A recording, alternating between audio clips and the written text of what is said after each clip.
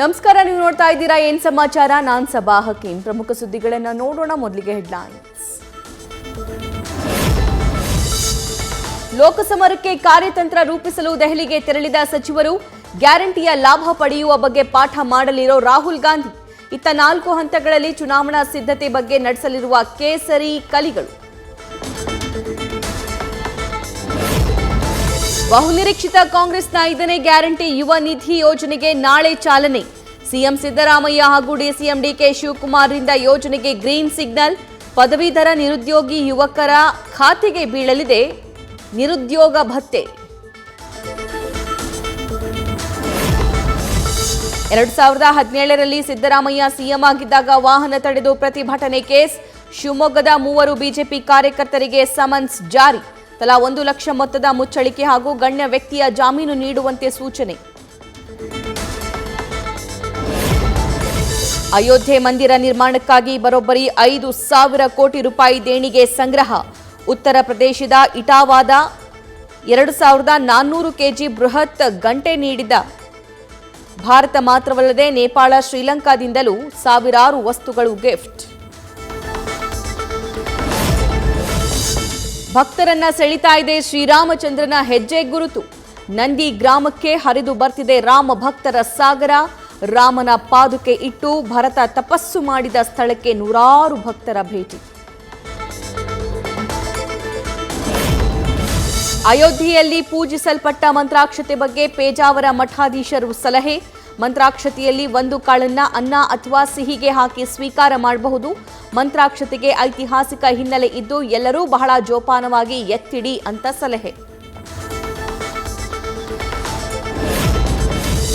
ಶ್ರೀರಾಮನಿಗೂ ಕಲಬುರಗಿಯ ನರೋಣ ಗ್ರಾಮಕ್ಕೂ ಅವಿನಾಭಾವ ಸಂಬಂಧ. ರಾಮೇಶ್ವರ ಬಿಟ್ಟರೆ ನರೋಣಾದಲ್ಲಿ ಮಾತ್ರ ಶ್ರೀರಾಮನಿಂದ ಶಿವಲಿಂಗ ಪ್ರತಿಷ್ಠಾಪನೆ. ರಾವಣ ಸಂಹಾರ ಬಳಿಕ ಕನಸಲ್ಲಿ ಬರ್ತಾ ಇದ್ದ ಲಂಕಾಸುರನ ನಿಗ್ರಹಕ್ಕಾಗಿ ಶಿವಲಿಂಗ ಸ್ಥಾಪಿಸಿದ್ದಾಗಿ ಪ್ರತೀತಿ. ಬಿಜೆಪಿ ಹಿರಿಯ ನಾಯಕ ಎಲ್ಕೆ ಅಡ್ವಾಣಿಗೆ ರಾಮ ಮಂದಿರ ಉದ್ಘಾಟನೆಗೆ ಆಹ್ವಾನ. ಆರ್ಎಸ್ಎಸ್ ಮುಖಂಡ ಕೃಷ್ಣ ಗೋಪಾಲ್, ವಿಎಚ್ಪಿಯ ಅಲೋಕ್ ಕುಮಾರ್ ಆಮಂತ್ರಣ. ಭೇಟಿ ವೇಳೆ ಅಗತ್ಯವಿರುವ ಎಲ್ಲ ವೈದ್ಯಕೀಯ ಸೌಲಭ್ಯ ಒದಗಿಸಲಾಗುವುದೆಂದು ಮಾಹಿತಿ. ಅಯೋಧ್ಯೆ ರಾಮ ಮಂದಿರ ಲೋಕಾರ್ಪಣೆಗೆ ಆಗಮಿಸಲು ನಿರಾಕರಿಸಿದ ಕಾಂಗ್ರೆಸ್. ಮಂದಿರ ಉದ್ಘಾಟನೆಯನ್ನ ಆರ್ಎಸ್ಎಸ್ ಬಿಜೆಪಿ ರಾಜಕೀಯ ಲಾಭದ ಕಾರ್ಯಕ್ರಮ ಮಾಡಿದೆ ಎಂದ ಹಸ್ತಪಡೆ.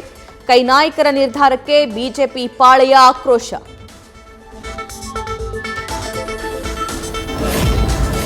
ರಾಯಭಾಗ ಶಾಸಕ ದುರ್ಯೋಧನ ಐಹೊಳೆಗೆ ಏಕವಚನದಲ್ಲಿ ಆವಾಜ್. ಧಮಕಿ ಹಾಕಿದ ಅರಣ್ಯ ಇಲಾಖೆ ಅಧಿಕಾರಿ ವಿರುದ್ಧ ಬೆಂಬಲಿಗರ ಪ್ರತಿಭಟನೆ. ರಾಯಭಾಗ ಚಿಕ್ಕೋಡಿ ರಸ್ತೆ ತಡೆ ಹಿಡಿದು ಕಾಂಗ್ರೆಸ್ ಸರ್ಕಾರ ಹಾಗೂ ಅಧಿಕಾರಿ ವಿರುದ್ಧ ಆಕ್ರೋಶ. ನಟ ಯಶ್ ಬರ್ಡೇ ಕಟೌಟ್ ದುರಂತದಲ್ಲಿ ಸಾವನ್ನಪ್ಪಿದ ಯುವಕರ ಮನೆಗೆ ಮಾಜಿ ಸಚಿವ ಸಿಸಿ ಪಾಟೀಲ್ ಭೇಟಿ. ಮೃತ ಕುಟುಂಬಸ್ಥರಿಗೆ ಸಾಂತ್ವನ ಹೇಳಿ 3 ಕುಟುಂಬಗಳಿಗೆ ತಲಾ 10,000 ಧನ ಸಹಾಯ. ಅಭಿಮಾನ ಎಂದಿಗೂ ಅತಿರೇಕ ಆಗಬಾರದೆಂದು ಕಿವಿಮಾತು. ಉಡುಪಿಯ ಶ್ರೀಕೃಷ್ಣ ಮಠದ ಸಪ್ತೋತ್ಸವ ವೇಳೆ ವರುಣನ ಆಗಮನ. ಧಾರಾಕಾರ ಮಳೆಯಿಂದ ದೀಪಾಲಂಕೃತ ರಥಬೀದಿಯ ಸುತ್ತಲೂ ಜಲಾವೃತ. ಮಳೆ ಲೆಕ್ಕಿಸದೆ ಕೃಷ್ಣ ಜಪ ಮಾಡ್ತಾ ರಥ ಪ್ರದಕ್ಷಿಣೆ ಹಾಕಿದ ಭಕ್ತರು.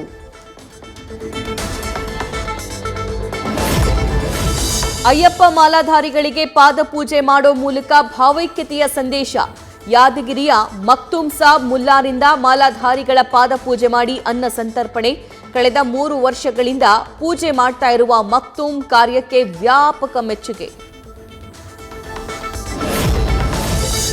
ಉಡುಪಿಯಲ್ಲಿ ಅದ್ಧೂರಿ ಪರ್ಯಾಯಕ್ಕೆ ಕ್ಷಣಗಣನೆ ಶುರು. 2 ವರ್ಷ ಕೃಷ್ಣನ ಪೂಜಾಧಿಕಾರ ಪಡೆಯಲಿರುವ ಸುಗುಣೇಂದ್ರ ತೀರ್ಥ ಸ್ವಾಮೀಜಿ. ಜನವರಿ 18ರಂದು ಪರ್ಯಾಯ ಪೀಠ ಏರಲಿರುವ ಸುಗುಣೇಂದ್ರ ತೀರ್ಥರು. ಮೂರಾಬಟ್ಟೆಯಾದ ತುಮಕೂರಿನ ಕೊಬ್ಬರಿ ಬೆಳೆಗಾರರ ಬದುಕು. 25,000 ಇದ್ದ ಕೊಬ್ಬರಿ ಬೆಲೆ 11,000ಕ್ಕೆ ಕುಸಿತ. 3,000 ರೂಪಾಯಿ ಬೆಂಬಲ ಬೆಲೆ ಕೊಡ್ತೀವಿ ಎಂದು ಮಾತು ತಪ್ಪಿದ ಕಾಂಗ್ರೆಸ್ ಸರ್ಕಾರದ ವಿರುದ್ಧ ರೈತರು ಅಹೋರಾತ್ರಿ ಧರಣಿ. ಶಾಲಾ ಮಕ್ಕಳಿಗೆ ವಿಮಾನಯಾನದ ಮೂಲಕ ಪ್ರವಾಸ. 80% ಸ್ವಂತ ಸಂಬಳದಿಂದ ಖರ್ಚು ಮಾಡಿದ ಮಹಾರಾಷ್ಟ್ರದ ಹೆಡ್ ಮಾಸ್ಟರ್ ಮಹಾಂತೇಶ್ವರ್ ಕಟ್ಟಿಮನಿ. 35 ಸರ್ಕಾರಿ ಹೈಸ್ಕೂಲ್ ಬಾಲಕಿಯರಿಗೆ ಮುಂಬೈ ದೆಹಲಿ ಪ್ರವಾಸ ಮಾಡಿಸಿ ಮೆಚ್ಚುಗೆಗೆ ಪಾತ್ರ. ಗುಜರಾತ್ನ ಅಹಮದಾಬಾದ್ ಫ್ಲವರ್ ಶೋಗೆ ಭೇಟಿ ನೀಡಿದ ಪ್ರಧಾನಿ ಮೋದಿ 10ನೇ ವೈಬ್ರೆಂಟ್ ಗುಜರಾತ್ ಗ್ಲೋಬಲ್ ಶೃಂಗಸಭೆ ಉದ್ದೇಶಿಸಿ ಭಾಷಣ 25 ವರ್ಷಗಳಲ್ಲಿ ಭಾರತವನ್ನ ಅಭಿವೃದ್ಧಿ ಹೊಂದಿದ ದೇಶವನ್ನಾಗಿ ಮಾಡೋ ಗುರಿ ಹೊಂದಿದ್ದೀವಿ ಎಂದ ಮೋದಿ.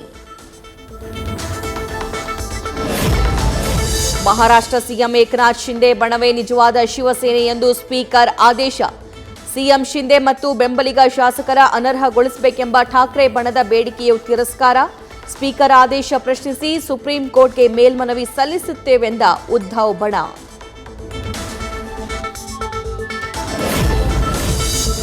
ವೈಎಸ್ಆರ್ಸಿಪಿ ಸೇರಿ ವಾರದಲ್ಲೇ ಪಕ್ಷ ತ್ಯಜಿಸಿದ್ದ ಅಂಬಟಿ ರಾಯುಡುನಿಂದ ನಟ ಪವನ್ ಕಲ್ಯಾಣ್ ಭೇಟಿ. ನನ್ನ ಕನಸು ನನಸಾಗಿದ್ದಕ್ಕೆ ಜಗನ್ ಪಕ್ಷ ತೊರೆದೆ. ಈಗ ಪವನ್ ಕಲ್ಯಾಣ್ ವಿಚಾರಧಾರೆ ಇಷ್ಟವಾಗಿದೆ ಎಂದ ಮಾಜಿ ಕ್ರಿಕೆಟಿಗ. ಕಾಂಗ್ರೆಸ್ ನಾಯಕ ರಾಹುಲ್ ಗಾಂಧಿ ಭಾರತ್ ಜೋಡೋ ನ್ಯಾಯ ಯಾತ್ರೆಗೆ ಸಿಕ್ತು ಅನುಮತಿ. ಮನವಿ ಮಾಡಿದ 8 ದಿನದ ಬಳಿಕ ಮಣಿಪುರ ಸರ್ಕಾರದಿಂದ ಷರತ್ತುಬದ್ಧ ಅನುಮತಿ.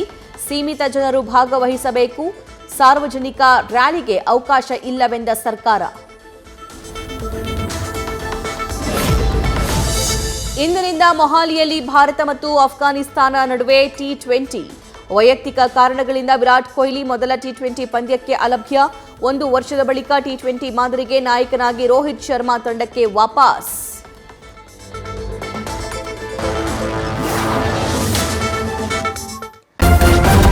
ನ್ಯೂಸ್ ಫಸ್ಟ್ ನಿರ್ಭೀತಿಯಿಂದ ನಿಮ್ಮ ಪರವಾಗಿ.